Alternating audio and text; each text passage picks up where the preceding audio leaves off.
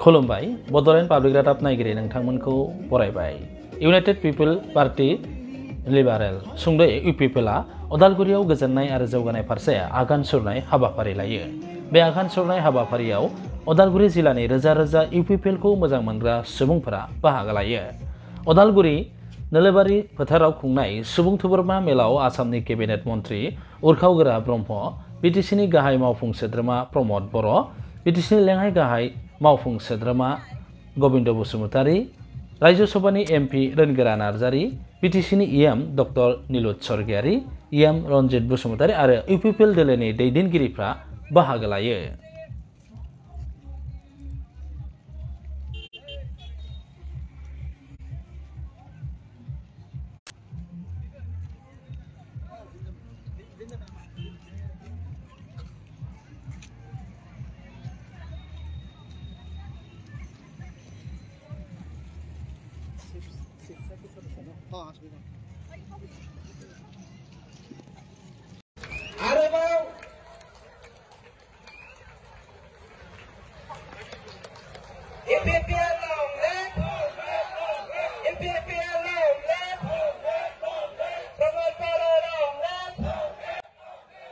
बे हाबाफारियावनो बिटिसिनि गाहाय मावफुं सोद्रोमा प्रमद बर'आ ओरैबायदि बिबुंथि होयो।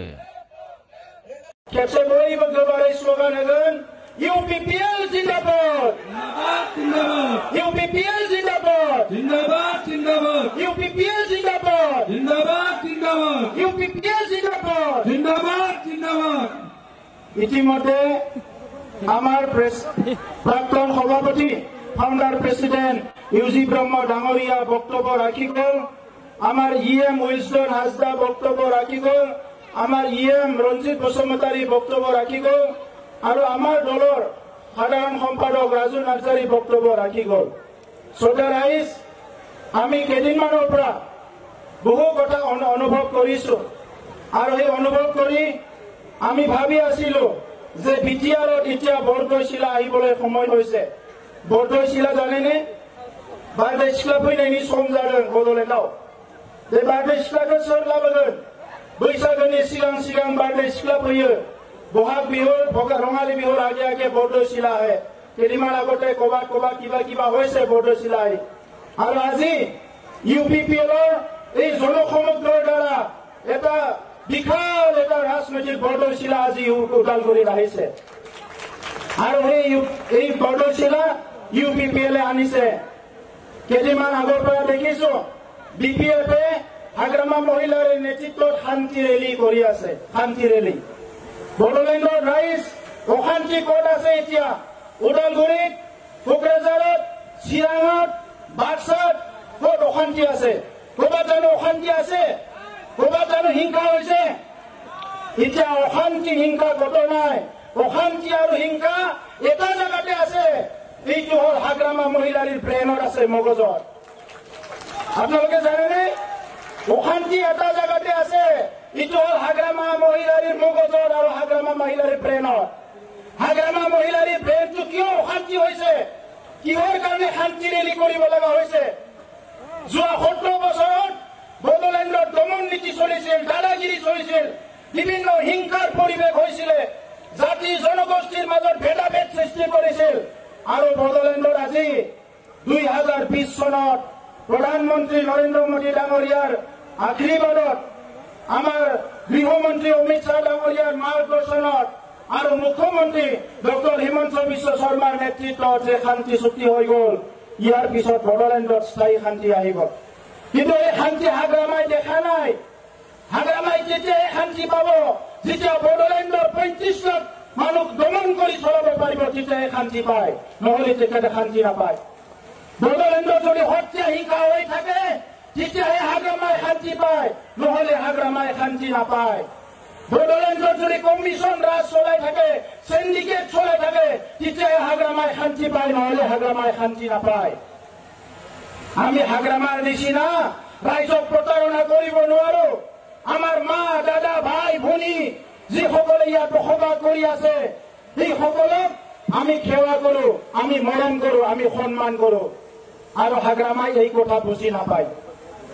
হাগ্ৰামা মহিলাৰী ডাঙৰীয়াক আমি সন্মান কৰো, কিন্তু ইয়াৰ বিনিময়ত তেখেতে আমাক তাচ্ছিল্য কৰে, তেখেতসকলে আমাক গালি গালাজ কৰে, বেয়া বেয়া কথা কৈ পেলাই তেখেতে বিভিন্ন সমাজক প্ৰদূষিত কৰিব বিচাৰে। কিন্তু শ্ৰদ্ধা ৰাইজ, এই বড়োলেণ্ডত যি শান্তি ঘূৰি আহিছে, যি কি নহওক বিনিময়ত বড়োলেণ্ডত কোনো কাৰণত অশান্তি হবলৈ দিয়া নহব। বড়োলেণ্ড স্থায়ী শান্তি হব লাগিব।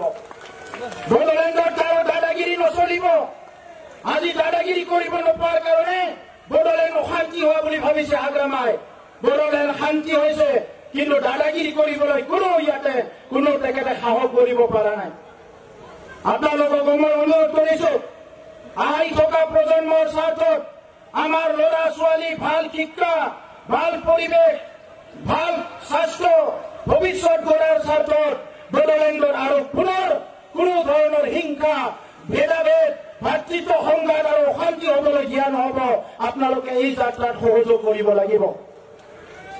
আমি এই 2 বছৰত দেখা নাই কোনোবা ডেকা ল'ৰা অকাল মৃত্যু হৈছে। আমি 2 বছৰত দেখা নাই কোনোবা বন্দুক বাৰুদত মৰিব লগা হৈছে। এই কথাবিলাক আজি হাগ্ৰামা মহিলাৰীয়ে শান্তি পোৱা নাই।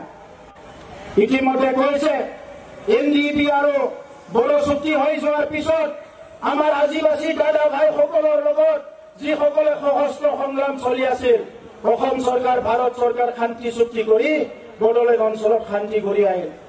আমাৰ গোৰ্খা দাদা ভাইসকলেও সশস্ত্ৰ সংগ্ৰাম কৰি আছিলে, তেখেতসকলৰ লগতো শান্তি চুক্তি হ'ল আৰু বড়োলেণ্ডত এতিয়া 100% শান্তি বিৰাজ কৰিছে। এই শান্তি কিন্তু হাগ্ৰামা মহিলাৰীয়ে দেখা নাই। হাগ্ৰামা মহিলাৰীয়ে কাহানিও দেখা নাপাব। কাৰণ তেখেতে আজি ৰাজনীতি কৰিবলৈ আহি মূল্যবোধৰ ৰাজনীতি কি, গণতন্ত্ৰ কি, এই কথাবিলাক তেখেতে বুজি নাপায়। আজি আমাক কৈ আছে এপছু পিছত বহি চৰকাৰ চলোৱা বুলি। শ্ৰদ্ধা ৰাইজ, হাগ্ৰামা মহিলাৰীৰ সময়ত একানৈকত্যবাদ চলিছিল বড়োলেণ্ডত। কোনো গণতান্ত্ৰিক পৰিৱেশ নাছিল।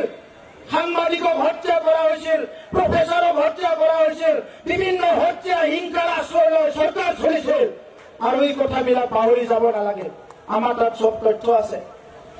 এই কথাবিলাক পাহৰি যাব নালাগে। আৰু আমাৰ সময়ত আমি কোনো কাৰণত এই পৰিৱেশটো হবলৈ নিদিও। শ্ৰদ্ধা ৰাইজ, বড়োলেণ্ডৰ 30-40 বছৰ আমাৰ এই অঞ্চলৰ মানুহবিলাকে সদায় আৰ্মি, পুলিচ, বিভিন্ন পৰিৱেশত আমি চলিব লগা হৈছে। 2টা জেনেৰেশ্যন আমি গঢ় দিবলৈ পৰা নাই, আৰু এটা নতুন জেনেৰেশ্যন এতিয়া আমি গঢ় দিবলৈ ওলাইছো। আমাৰ চৰকাৰ অহাৰ পিছত আজি আমি IAS, IPSৰ কাৰণে আমাৰ ল'ৰা ছোৱালীক আমি বিনামূলীয়া শিক্ষা আৰম্ভ কৰিছো। আমি খেল জগতখন আগুৱাই নিবলৈ ওলাইছো, ISPL পাতিছো। এটা সময়ত বেইজিং ফেষ্টিভেল, বিভিন্ন ফেষ্টিভেল পাতি মদ জুৱাৰ আড্ডা কৰিছিল, আৰু আমি এতিয়া জ্ঞানৰ ফেষ্টিভেল পাতিছো, নলেজ ফেষ্টিভেল পাতিছো আমাৰ বৌদ্ধিক মহলটো আগুৱাই লৈ যোৱাৰ কাৰণে।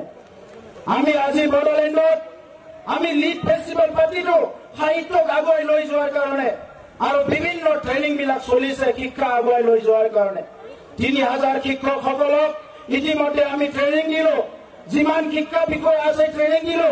এতিয়া আমাৰ শিক্ষা গুণগত শিক্ষা হ'ব। 99ৰ চাকৰি দিয়া নাছিলে। শিক্ষকসকলে বিনা বতৰে শিকাই আছে ইমান বছৰে, 70 বছৰে BPF এইটো দেখা নাছিলে। এই যে অশান্ত হৈ আছিলে আমাৰ 99ৰ শিক্ষকসকল, এইটো দেখা পোৱা নাছিলে। আজি আমি আমাৰ চৰকাৰৰ সময়ত তেখেতসকলৰ চাকৰি ৰেগুলাৰ কৰিছো। প্ৰায় 4000 চাকৰি আমি আমাৰ সময়ত ইতিমধ্যে ৰেগুলাৰ কৰিছো, প্ৰদান কৰিছো। কাৰো 18 পইচাও লোৱা হোৱা নাই। তেখেতসকলে লাখ লাখ টকা লৈ এপইণ্টমেণ্ট দিছিলে। আমাৰ সময়ত 18 পইচা নোলোৱাকে মানুহে এপইণ্টমেণ্ট পাইছে। এইটোৱে পৰিৱৰ্তন শ্ৰদ্ধা ৰাইজ, এইটোৱে পৰিৱৰ্তন। তেখেতসকলে আইৱাৰ ঘৰ, হাজাৰ PMIৰ ঘৰ 2014 চনৰ পৰা আদৰুৱা কৰি থৈ গৈছে। কিমান দলং পইচা খাই পেলাই আদৰুৱা কৰি থৈ গৈছে, কিমান ৰাস্তা আদৰুৱা কৰি থৈ গৈছে, কিমান বিল্ডিং আদৰুৱা কৰি থৈ গৈছে। এইবিলাক এতিয়া আমি ঠিক কৰি আছো। কাৰণ এই বড়োলেণ্ডত আমাৰ দাদা ভাই, মা দেউতাসকল বসবাস কৰে। এই বড়োলেণ্ডটো আগুৱাই লৈ যাব লাগিব। ইয়াৰ শিক্ষা দীক্ষা খেতি চব ঠিক কৰিব লাগিব। আৰু ইয়াৰ লগে লগে সকলো জাতি জনগোষ্ঠীৰ ভাষা সংস্কৃতি ইয়াত জীৱিত হৈ থাকিব লাগিব। আমি বিচৰা নাই অকল বড়ো ভাষাই আগুৱাই যাওক, আমি বিচাৰিছো বড়ো ভাষাৰ লগত অইন ভাষাবিলাকো আগুৱাই যাওক কাৰণ বড়ো জনগোষ্ঠীয়ে নিজৰ অস্তিত্বৰ কাৰণে নিজৰ ভাষা সংস্কৃতিৰ কাৰণে প্ৰায় 4,000 বলিদান দিব লগা হৈছে এইটো আমাৰ ইতিহাস গতিকে আজি আমি বুজি পাইছো এই সময়ত সকলো জাতি জনগোষ্ঠীৰ অস্তিত্ব বড়োলেণ্ডত জীয়াই থাকিব লাগিব সেইকাৰণে গোৰ্খাসকলৰ কিবা এটা দিন আছে আমি ৰেষ্ট্ৰিক্টেড হলিডে ঘোষণা কৰিছো শৰণীয়াসকলৰ বাগহাই উৎসৱ আছে আমি ৰেষ্ট্ৰিক্টেড হলিডে ঘোষণা কৰিছো যিমান জনগোষ্ঠী আছে সকলো কিবা নহয় কিবা দিনবিলাক আমি ইতিমধ্যে ঘোষণা কৰিছো 10টা জনগোষ্ঠীক ইতিমধ্যে ভৱন বনোৱাৰ কাৰণে আমি অনুমোদন ইতিমধ্যে দিয়া হৈছে চৰকাৰৰ পৰা